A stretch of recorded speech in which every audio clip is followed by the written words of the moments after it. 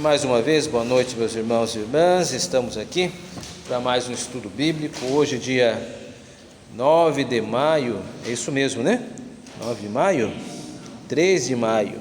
Quem é que escreveu 9 de maio? 3 de maio de 2023. Então, nós estamos estudando nas quartas-feiras, né? Como ver a política aos olhos das Escrituras Sagradas, né? É bom dizer que a palavra política, como eu coloco aqui, pode ser empregada em diversos sentidos. Algumas vezes pode ser empregada de maneira jocosa, pejorativa, quer dizer, como um tipo de brincadeira. Fulano, fulana é uma pessoa muito política, dando a entender que é uma pessoa que vive de tramóia, trapaças, tentando impor aos outros suas vontades por meio de jeitinhos. Às vezes, política, né? Quer dizer, uma pessoa, pode significar que essa pessoa vive de trabalho do meio público, tentou se eleger para um cargo público. Então, supomos, essa pessoa é política se ela é uma vereadora, ou concorreu para o cargo de vereança, não galgou, né? Ou foi funcionário público nomeado por algum prefeito ou vereador. Então isso acontece, né? Nós sabemos que alguns cargos eletivos possuem possibilidade de assessoria. Então o prefeito ou vereador indica com as pessoas, e às vezes essa pessoa fica dizendo fulano é político porque foi indicada como assessor ou assessora, ou secretário ou algum outro cargo público por alguém já eleito, né? Bom, a palavra política que nós estamos usando aqui, ela está sendo aplicada no sentido mais estrito possível, próximo à etimologia da palavra. O que é etimologia? Etimologia é a ciência que estuda a origem das palavras, ou o seu significado de prima facie, seu significado primeiro, aquilo que vem da construção, meio neutra, né? Lembrando que nenhuma palavra é neutra, toda palavra ela é polissêmica, ou seja, embora tenha um sentido padrão, a depender do contexto ela vai modulando, vai se adaptando com a situação, com a palavra política que nós vimos no começo. Pode significar uma pessoa esperta, né, por assim dizer, ou pode significar uma pessoa que trabalha, né, com um cargo público. Bom, então nós vamos buscar hoje, né, a palavra política, que vem do termo politiké, do grego, né, que significa cuidar das coisas públicas, da polis, né, a palavra cidade em grego é de polis. Então interessar-se ou atuar na política é necessariamente tomar conhecimento sobre o andamento da coisa pública. Nesse sentido, cabe ao cristão envolver-se em política? Sim, é certo o cristão envolver-se em política? É errado o cristão envolver-se em política? Sendo que política simplesmente é lidar com a coisa pública? É isso que nós vamos ver hoje, estudando sobre um grupo de pessoas que foi responsável diante da história por desencadear grandes transformações, e eu estou falando dos puritanos. Então vamos ver, hoje vamos estudar um pouco sobre os puritanos, bem por cimamente. Nós veremos algumas informações sobre esse grupo de pessoas, e também, não só isso, mas o que os puritanos têm a acrescentar nesta ideia de política, tá bom? Mas vamos ver o puritanismo sob alguns pontos de vista.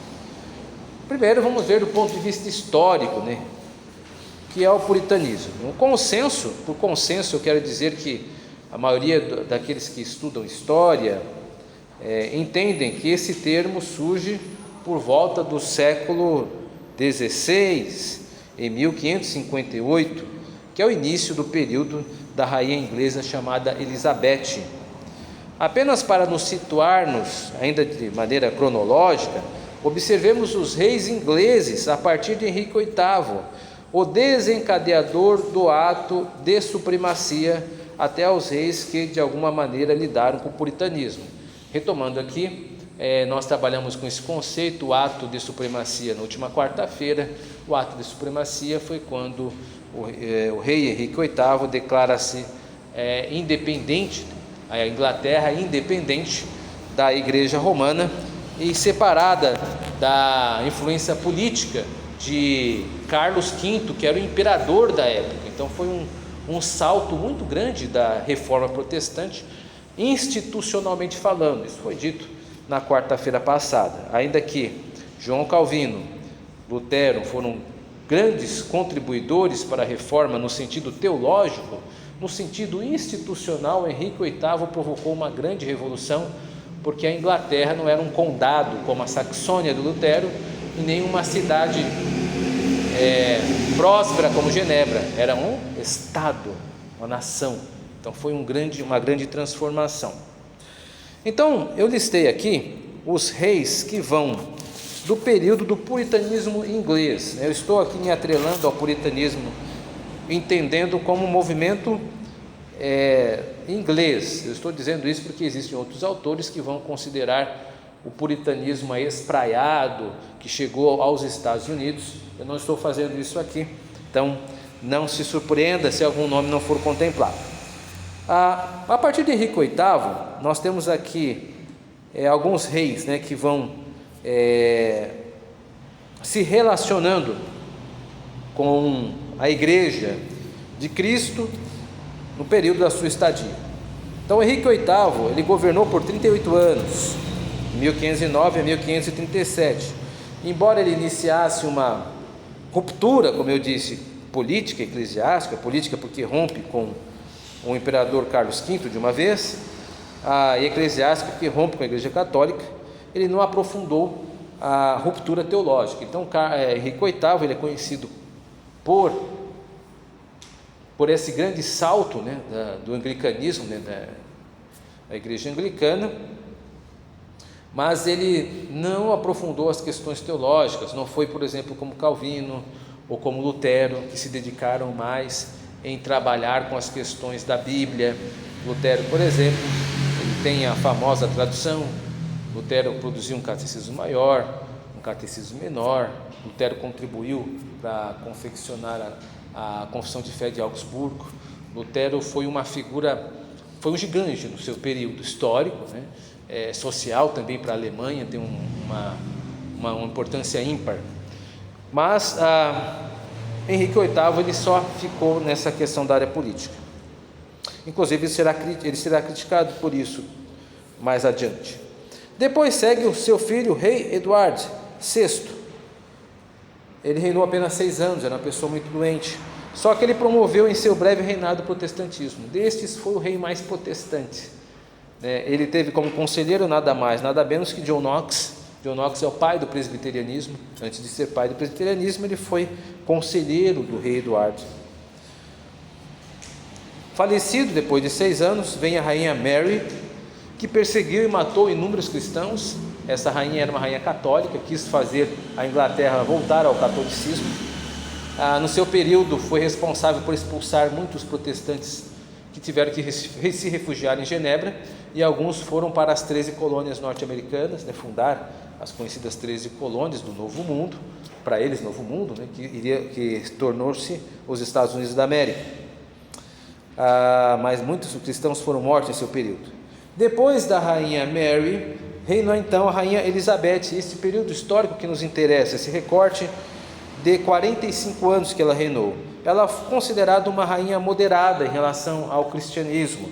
Ela não estimulou o puritanismo, até olhou com certa desconfiança, mas também não perseguiu, também não saiu matando, que nem a sua precededora, a rainha Mary. Então ela é vista aí com uma moderada, assim, não acrescentou, não perseguiu, ficou por isso mesmo. Diga-se de passagem que no período conturbado da sua história teve que se envolver com bastantes conflitos com a Espanha. Então isto foi também um dos motivos que drenou muito da sua atenção no seu período. Depois vem o rei James I, o conhecido como Tiago, não apoiou os protestantes. Havia uma grande expectativa, porque ele foi criado na Escócia junto com o presbiterianismo. Então pensava-se que ele poderia ser um rei que desse uma propulsão para a Inglaterra, e não aconteceu isso. Muito pelo contrário, ele foi um tenaz opositor dos puritanos. Curiosamente, é no seu período que surge a Bíblia conhecida, a famosa versão King James do rei Tiago. É uma grande ironia, Verdade. Isso poderia ter surgido com o rei Eduardo, que foi um dos proponentes, que mais apoiou, faz todo sentido, faria todo sentido histórico, né? Mas houve a produção desse artefato, a Bíblia King James, a versão King James, no período de Tiago. Depois surge Carlos. Carlos I é um dos reis mais importantes para nós, porque ele se opõe tenazmente ao puritanismo e também acaba aí sofrendo um regicídio, né? Ele é morto, ele é decapitado devido às consequências da revolução chamada Revolução Puritana.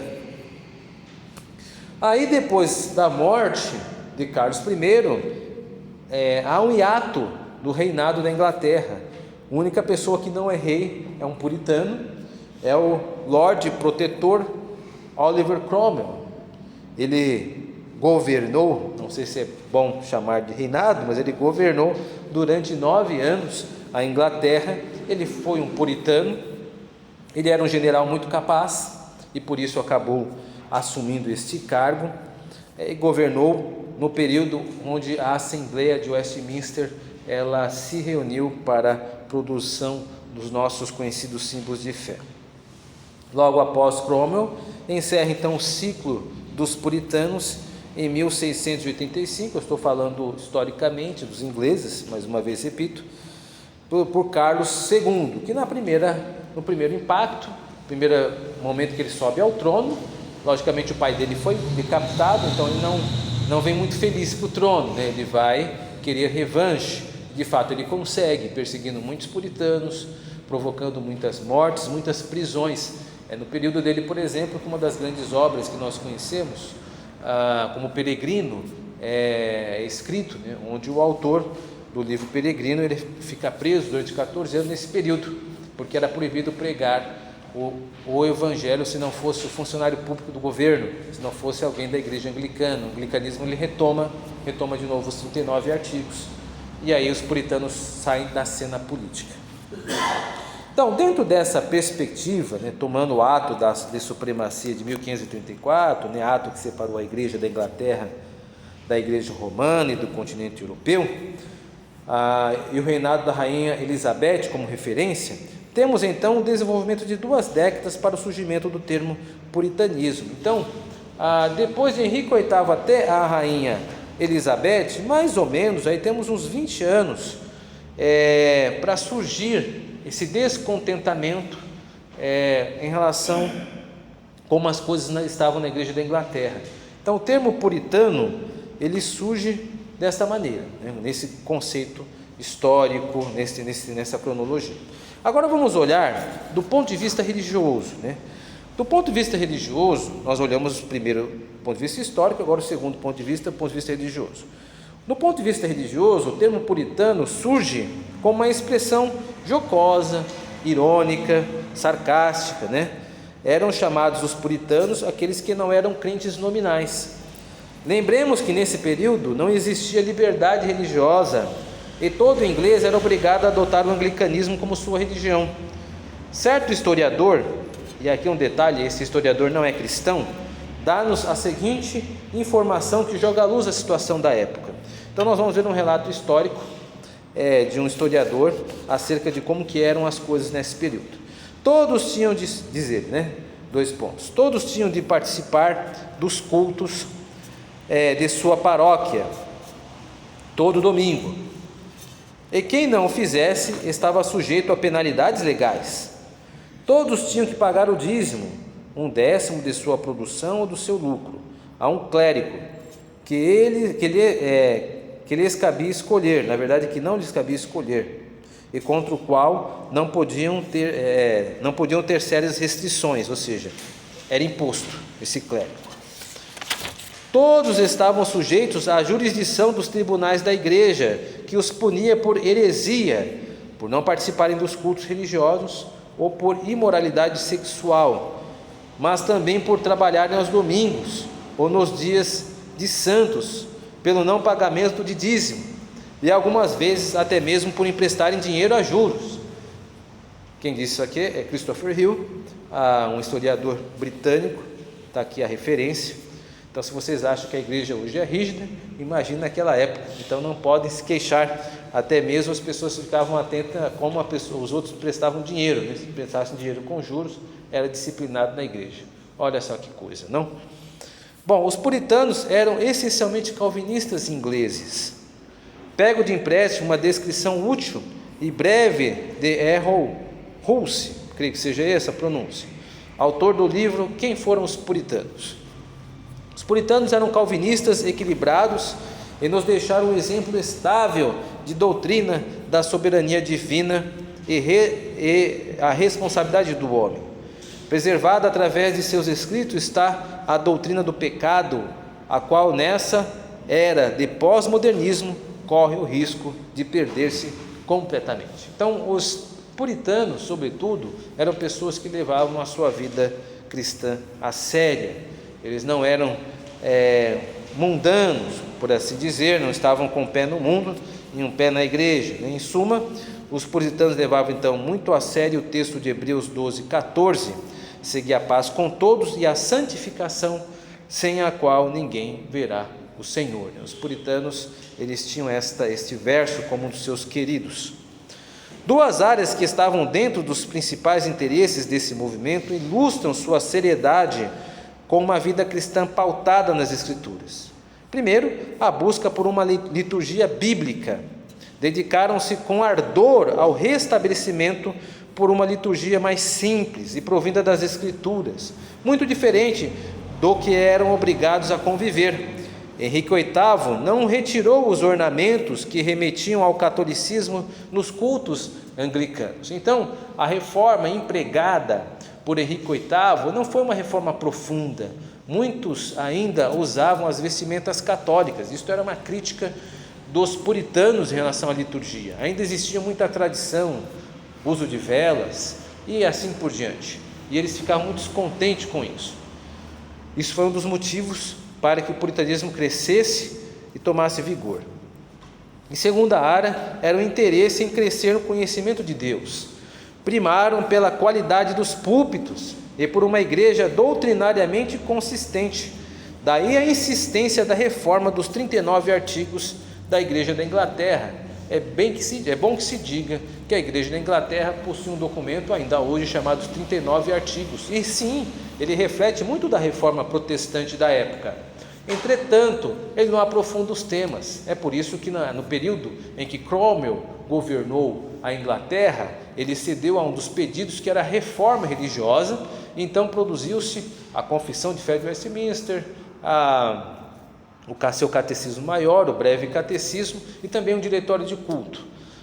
Foi nesse período que esses elementos foram construídos a fim de substituírem a ideia dos 39 artigos, porque eles acreditavam que não eram suficientes. Isso demonstra grande desejo por uma igreja mais bíblica, sem dizer que eles estavam muito descontentes com a qualidade dos púlpitos da época. Então muitos clérigos não eram bem formados, então eles buscavam muito para que houvesse a excelência do púlpito, né? Daí a necessidade que eles viram do movimento crescer. Agora vamos chegar no ponto que nos interessa dessa quarta-feira, que é a ideia de como eles lidaram com a política, né? Bom, do ponto de vista político, boa parte da população era puritana no período aí de Carlos I. Isto é, defendia com vigor o estilo de vida de acordo com os padrões de uma nação que recebeu grande influência da reforma protestante. Muitos desses puritanos eram nobres e pertencentes às classes abastadas da Inglaterra. Então, por ser nobre, eu estou dizendo que eram pessoas que descendiam dos senhores feudais da Idade Média. Não é uma nobreza de caráter, é uma nobreza de estirpe, de tradição. Muitos deles recebiam como herança o seu condado, isso passava de pai para filho. Ainda hoje na Inglaterra existe a Casa dos Lords, que são pessoas que herdam o título desde dos seus antepassados, isso vai passando de pai para filho. Esses homens eram ricos e, como tinham grandes propriedades, eles também tinham pequenos exércitos para defender a sua propriedade. Isso é importante saber. Isso vai fazer sentido mais adiante. A Inglaterra, no período de Carlos I, era uma monarquia, mas possui certa peculiaridade, né? O rei dividia seu poder com o que podemos chamar hoje de parlamento desde 1215, ou seja, o século XIII, data da confecção do documento conhecido como Carta Magna. Esse documento limitava o poder do rei perante os nobres e o clero inglês. Carlos I dissolveu o parlamento em 1929, trazendo grande descontentamento a todo o país. Outra eleição foi convocada, e quando Carlos I tentou dissolver o parlamento mais uma vez, houve grande reação. A Inglaterra entrou no que se conhece hoje como guerra civil, entre as forças do rei e as forças do parlamento. Agora você entende, porque o parlamento tinha exército. Não é que o parlamento tinha exército, os parlamentares tinham exércitos. Como eles eram constituídos pela nobreza, por grandes proprietários de terra, sendo cada qual dono de um exército, de um certo contingente, de um número de pessoas, eles juntaram seus exércitos, seus feudos e foram combater os exércitos do rei. E eles conseguiram medir forças por um bom tempo. O parlamento venceu essa guerra devido ao apoio da Escócia. A Escócia, por sua vez, tinha uma condição: que fosse partícipe dos esforços feitos da Assembleia de Westminster na construção de um novo símbolo de fé, que por ela também seria adotado. Então, há o que se chama-se pactos de aliança solene entre a Escócia e o parlamento. Este pacto fazia com que a Escócia enviasse seus exércitos para combater o rei Carlos I, dando apoio ao exército do parlamento.